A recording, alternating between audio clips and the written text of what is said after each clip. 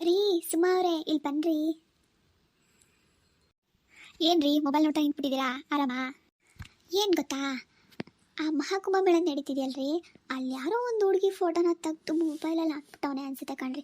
ಇನ್ಸ್ಟಾಗ್ರಾಮಲ್ಲಿ ನೋಡಿದ್ರು ಅವಳೆ, ಫೇಸ್ಬುಕ್ಕಲ್ಲಿ ನೋಡಿದ್ರು ಅವಳೆ, ಯೂಟ್ಯೂಬಲ್ಲಿ ನೋಡಿದ್ರು ಅವಳೆ ಕಣ್ರಿ. ಏನು ಚೆನ್ನಾಗವಳೆ ಅಂತೀರಾ? ಆಹಾ, ಕಣ್ಣಂತೂ ತುಂಬಾ ಚೆನ್ನಾಗಿದೆ. ಅಲ್ಲಿ ಬರೋ ಸರ ಮಾರೋಳಂತೆ ಕಣ್ರಿ ಅವಳು. ಆಹಾ, ನಾನು ನೋಡಿದೆ ಕಣ್ರಿ. ಆದರೆ ಮಾಡಿ ತಪ್ಪು ಕಣ್ರಿ ಇದೆಲ್ಲ. ಏನು ಗೊತ್ತಾ, ಅವಳೇನೋ ಪಾಪ ಹೊಟ್ಟೆಪಾಡಿಗೆ ಏನೋ ಮಾರ್ಕೊಂಡು ಇದ್ದವಳು.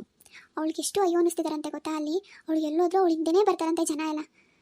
ದೇವ್ರ ಕೆಲಸ ಅದು. ದೇವ್ರನ್ನ ನೋಡಿದ್ಬಿಟ್ಟು ಇವಳು ಯಾರನ್ನೂ ನೋಡ್ತಾ ಕೂತಿದ್ದಾರೆ ಜನ. ಈ ಜನಗಳಿಗೆ ಏನು ಹೇಳಬೇಕು ಅಂತಲೇ ಗೊತ್ತಾಗಲ್ಲ. ಹೌದೇನ್ರಿ? ಹಂಗಾಗಿದ್ಯಾ? ಹೌದು ರೀ, ಅವಳ ಹೆಸರು ಮೊನಾಲಿಸಾ ಅಂತ ಕಣ್ರಿ. ನೋಡೋಕೆ ತುಂಬ ಚೆನ್ನಾಗಿದ್ದಾಳೆ.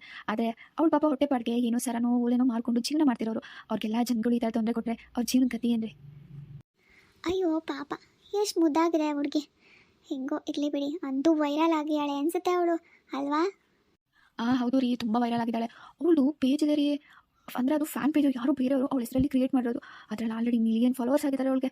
ಒಬ್ಬೊಬ್ಬ ಜನಗಳಿಗೆ ಏನು ಹೇಳಬೇಕು ಅಂತಲೇ ಗೊತ್ತಾಗಲ್ಲಪ್ಪ. ಏನೇನೋ ಮಾಡಕ್ಕೆ ಹೋಗ್ತಾರೆ. ಪಾಪ ಆ ಹುಡುಗಿಗೆ ಹೊಟ್ಟೆ ಮೇಲಂದು ಹೊಡೆದಿದ್ದಾರೆ. ಅವಳು ಪಾಪ ಹೆಂಗೋ ಜೀವನ ಮಾಡೋಣ, ಚೆನ್ನಾಗಿ ವ್ಯಾಪಾರ ಮಾಡ್ಕೊಳ್ಳೋಣ ಅಂತ ಅಂದ್ಕೊಂಡಿದ್ಲು. ಆದರೆ ಈಗ ಅವಳಿಗೆ ವ್ಯಾಪಾರ ಮಾಡೋಕ್ಕೂ ಆಗ್ತಿಲ್ಲ, ಅಲ್ಲಿರೋಕ್ಕೂ ಆಗ್ತಿಲ್ಲ. ಮುಖ ಮುಚ್ಕೊಂಡು ಓಡಾಡ್ತಾ ಇದ್ದಾಳೆ ಕಣ್ರಿ. ನೋಡಿದೆ ನಾನು ಅವಳು ವಿಡಿಯೋ, ಅಯ್ಯೋ ಅನ್ನಿಸ್ತು.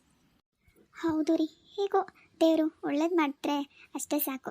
ನೋಡಿ ಜನಗಳಿಗೆ ಲಕ್ ಅನ್ನೋದು ಹೆಂಗೆ ಬರುತ್ತೆ ಅಲ್ವಾ?